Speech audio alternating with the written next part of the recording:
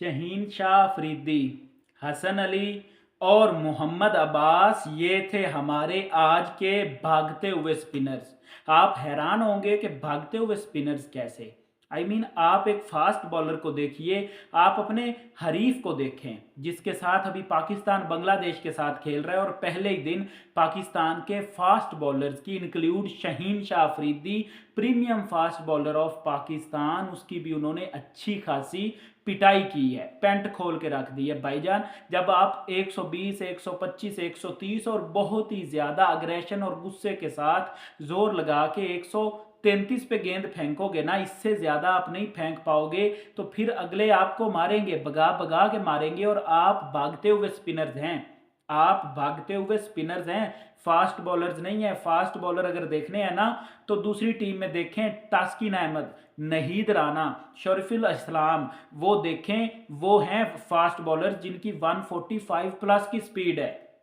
पिछले 3 सालों से पाकिस्तान का अगर टेस्ट में कोई कंसिस्टेंट बॉलर है और अगर किसी ने परफॉर्म करके दिया है ना, तो वो है खुर्रम शहजाद। लेकिन खुर्रम शहजाद को साउथ अफ्रीका की सीरीज में भी बाहर बिठाकर शहीन शाह अफरीदी को खिलाया गया, और अब फिर आज पहले टेस्ट में एक दफ़ा फिर से खुर्रम शहजाद को बाहर बिठाकर हसन अली को भी खिलाया गया, मोहम्मद अब्बास जिसकी 118 की स्पीड है, और उसके बाद जनाब आप क्या कहें शहीन शाह अफरीदी, उन्हें भी खिलाया। लेकिन अब यहां पर मैं एक बात क्लियर करता चलूं, आप इंडिया के स्पिनर को जानते होंगे, वरुण चक्रवर्ती।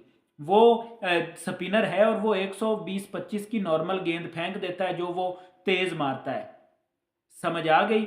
तो अब्बास अफरीदी की जो एवरेज स्पीड है ना, वो 125 है, और वहां पर वो एवरेज स्पीड दिखा रहे थे, तो एक तरफ पाकिस्तान का नाम था और दूसरी तरफ 125 130 थी। और ये वो मुल्क है जहां पर फास्टेस्ट गेंद करवाने वाला बॉलर पैदा हुआ था जिसने पाकिस्तान से खेला था, शुएब अख्तर। लेकिन आज हमारी क्रिकेट इस कदर घटिया तरीन हो चुकी है, घटिया तरीन लोगों की वजह से, हमारे सिस्टम के फॉल्ट की वजह से, कि हमें पूरी दुनिया में बहुत ही ज़्यादा बातें सुनने को मिलती हैं। अब यहाँ पर हमारे कैप्टन साहब की कप्तानी देखिए, कभी उसे रिजवान पीछे से फील्ड सेट करके दे रहा है, और कभी बाबर आजम बाहर से उठकर ग्राउंड में आकर पानी पिलाने के बहाने ये बता रहा है नुमान अली को कि आपने कैसे बॉलिंग करनी है, कहां पर बॉलिंग करनी है। आपका कप्तान अगर इतना नकम्मा है तो इसे बाहर बिठाइए भाई, इसे रेस्ट दीजिए या इससे कप्तानी ले लीजिए।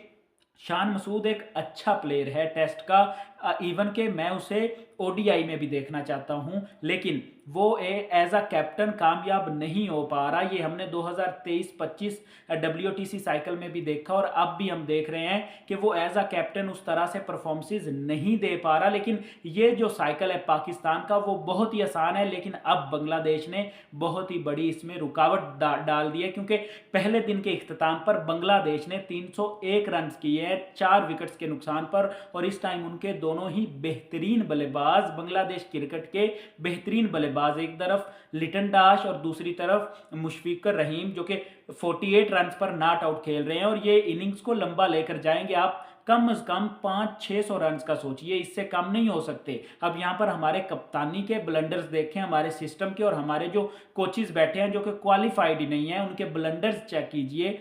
ऐसी विकेट जहां पर पहले 2-4 ओवर्स थोड़ी सी मूवमेंट गेंद की हुई, उसके बाद कोई मूवमेंट नहीं हुई, सीधा गेंद पड़ रहा था। लेकिन ऐसी पिच पर पहले टॉस जीत कर दूसरी टीम को बैटिंग करने के लिए दावत देना ही सबसे बड़ी हार होती है, और वो पाकिस्तान ने खुद चुनी है, शान मसूद साहब ने खुद चुनी है, और जिसने पीछे से ये फैसला करवाया है उससे पूछना चाहिए कि ऐसे सरफेस पे क्या पहले बॉलिंग करना ठीक फैसला था। अपनी राय कमेंट की सूरत में ज़रूर दीजिए।